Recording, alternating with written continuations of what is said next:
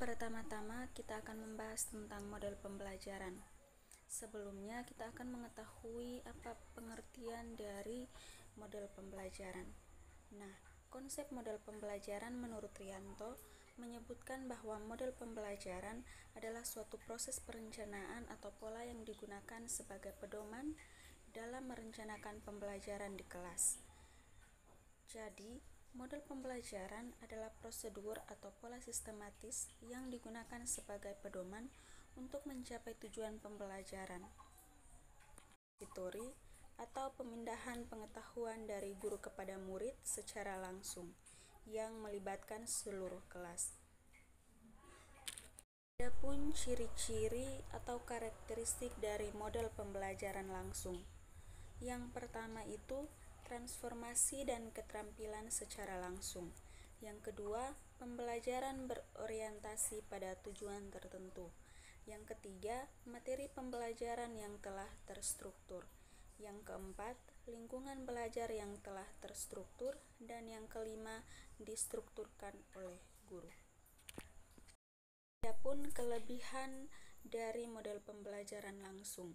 Yang pertama, dengan model pembelajaran langsung, guru dapat mengendalikan isi materi dan urutan informasi yang diterima oleh siswa sehingga dapat mempertahankan fokus mengenai apa yang harus dicapai oleh siswa. Yang kedua, dapat diterapkan secara efektif dalam kelas yang besar maupun kecil. Yang ketiga, model pembelajaran langsung dapat memberi siswa tantangan untuk mempertimbangkan kesenjangan yang terdapat di antara teori dan observasi. Yang keempat, model pembelajaran langsung bergantung pada kemampuan refleksi guru sehingga dapat terus-menerus mengevaluasi dan memperbaikinya. Selain ada kelebihan, maka ada kekurangan dari model pembelajaran langsung. Yang pertama, dengan model pembelajaran langsung, sulit untuk mengatasi perbedaan dalam hal kemampuan, pengetahuan awal, tingkat pembelajaran dan pemahaman, gaya belajar atau ketertarikan siswa. Yang kedua, karena guru memainkan peran pusat dalam model ini, kesuksesan strategi pembelajaran ini bergantung pada image guru. Jika guru tidak tampak siap, berpengetahuan, percaya diri dan antusias, siswa dapat menjadi bosan, teralihkan perhatiannya dan pembelajaran mereka akan terhambat. Yang ketiga, karena model pembelajaran langsung melibatkan banyak komunikasi satu arah, guru sulit untuk mendapatkan umpan balik mengenai pemahaman siswa. Hal ini dapat membuat siswa tidak paham atau salah paham. Yang kedua, model pembelajaran berbasis masalah atau PBM. Secara umum, pembelajaran berbasis masalah terdiri dari menyajikan kepada siswa suatu masalah yang autentik dan bermakna yang dapat memberikan kemudahan kepada mereka untuk melakukan penyelidikan, untuk menyusun pengetahuan mereka sendiri, mengembangkan inquiry dan keterampilan berpikir tingkat yang lebih tinggi, mengembangkan kemandirian dan percaya diri. Ciri-ciri model pembelajaran berbasis masalah. Yang pertama, pengajuan pertanyaan atau masalah, di mana peserta didik mengajukan situasi kehidupan nyata autentik, menghindari jawaban sederhana, dan memungkinkan adanya berbagai macam solusi untuk situasi tersebut. Yang kedua, berfokus pada keterkaitan antar disiplin. Yang ketiga, penyelidikan autentik, di mana siswa-siswi atau peserta didik harus menganalisis dan mendefinisikan masalah. Yang keempat, menghasilkan produk, di mana pembelajaran berdasarkan masalah ini menuntut peserta didik untuk menghasilkan produk tertentu dalam bentuk karya nyata yang menjelaskan atau mewakili bentuk penyelesaian masalah yang mereka temukan. Yang kelima, berkolaborasi, di mana bekerja sama memberikan motivasi untuk secara berkelanjutan terlibat dalam tugas-tugas kompleks dan memperbanyak peluang untuk berbagi inquiry dan dialog untuk mengembangkan keterampilan sosial dan keterampilan berpikir. Kelebihan dari model pembelajaran berbasis masalah ini, yang pertama, realistik dengan kehidupan siswa. Yang kedua, konsep sesuai dengan kebutuhan siswa. Yang ketiga, memupuk sifat inquiry siswa. Yang keempat, retensi konsep menjadi kuat. Yang kelima, memupuk kemampuan problem solving. Kekurangan dari model pembelajaran berbasis masalah, yang pertama, sulitnya mencari masalah yang relevan. Yang kedua, konsumsi waktu, di mana model pembelajaran berbasis masalah ini memerlukan waktu yang cukup lama dalam penyelidikan. Yang ketiga, sering terjadi miskonsepsi.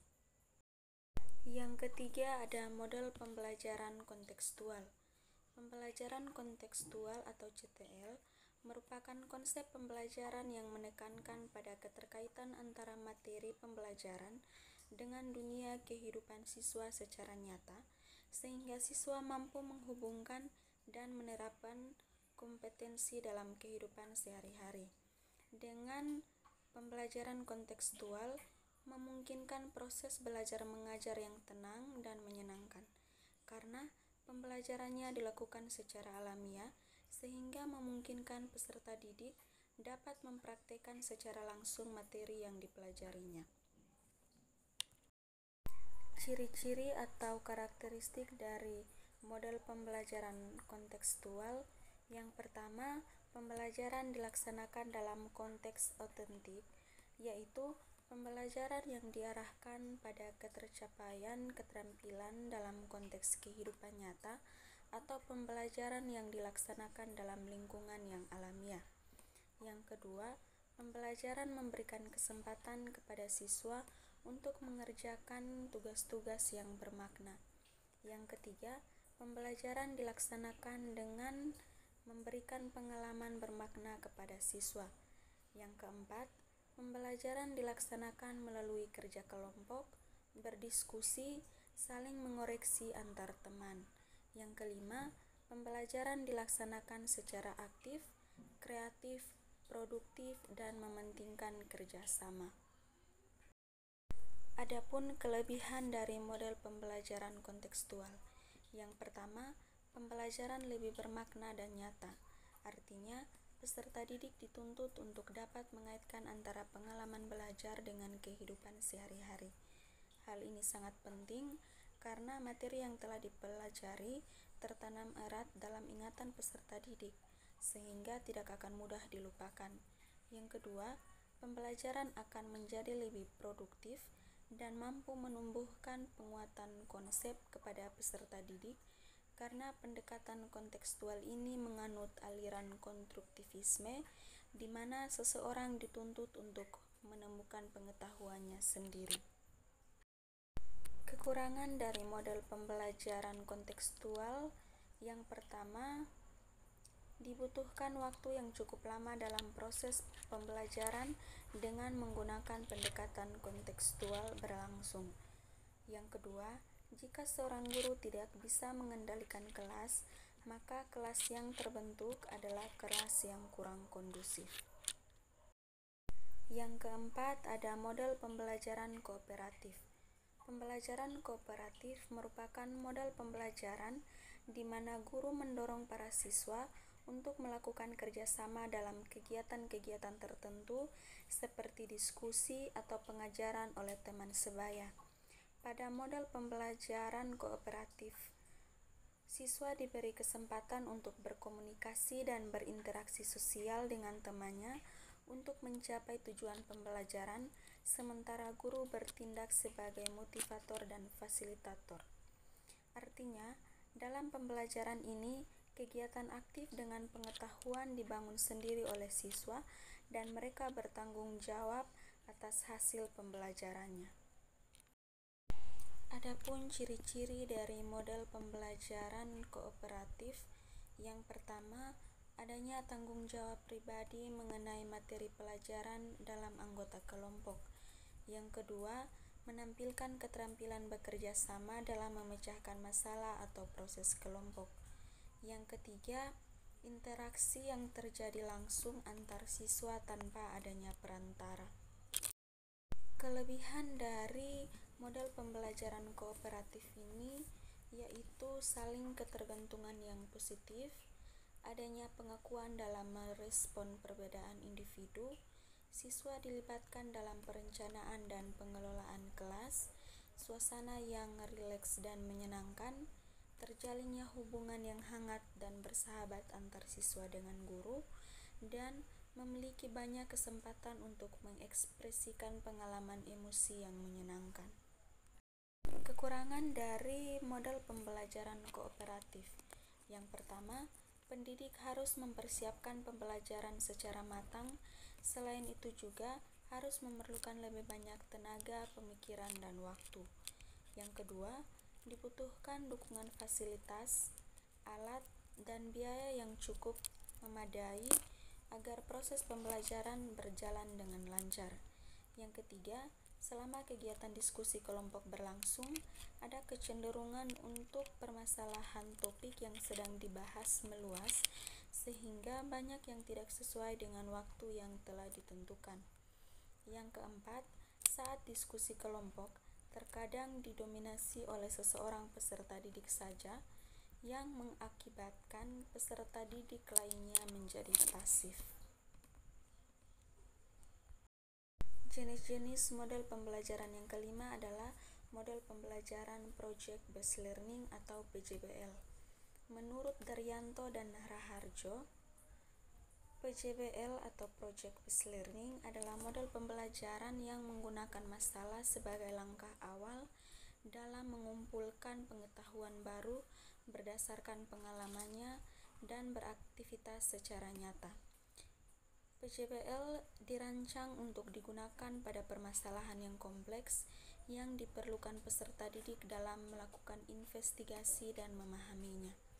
Sehingga dapat disimpulkan bahwa PJBL atau Project Based Learning adalah pembelajaran berbasis proyek yang menggunakan proyek atau kegiatan sebagai sarana pembelajaran untuk mencapai kompetensi sikap, pengetahuan, dan keterampilan. Penekanan pembelajaran ini terletak pada aktivitas peserta didik yang pada akhir pembelajaran dapat menghasilkan produk yang bermakna dan bermanfaat. Ciri-ciri dari model pembelajaran Project Based Learning. Yang pertama itu, peserta didik membuat keputusan tentang sebuah kerangka kerja. Yang kedua, adanya permasalahan atau tantangan yang diajukan kepada peserta didik. Yang ketiga, peserta didik mendesain proses untuk menentukan solusi atas permasalahan yang diajukan. Yang keempat, peserta didik secara kolaboratif bertanggung jawab untuk mengakses dan mengelola informasi untuk memecahkan permasalahan. Yang kelima, proses evaluasi dijalankan secara kontinu. Yang keenam, peserta didik secara berkala melakukan refleksi atau aktivitas yang sudah dijalankan. Yang kelima, produk akhir aktivitas belajar akan dievaluasi secara kualitatif. Yang kedelapan, situasi pembelajaran sangat toleran terhadap kesalahan dan perubahan.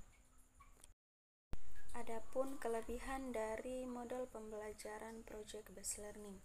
Yang pertama, meningkatkan motivasi belajar peserta didik untuk belajar, mendorong kemampuan mereka untuk melakukan pekerjaan penting dan mereka perlu untuk dihargai. Yang kedua, meningkatkan kemampuan pemecahan masalah. Yang ketiga, membuat peserta didik menjadi lebih aktif dan berhasil memecahkan problem-problem yang kompleks. Yang keempat, meningkatkan kolaborasi. Yang kelima, memberikan pengalaman kepada peserta didik pembelajaran dan praktik dalam mengorganisasi proyek dan membuat alokasi waktu dan sumber-sumber lain seperti perlengkapan untuk menyelesaikan tugas.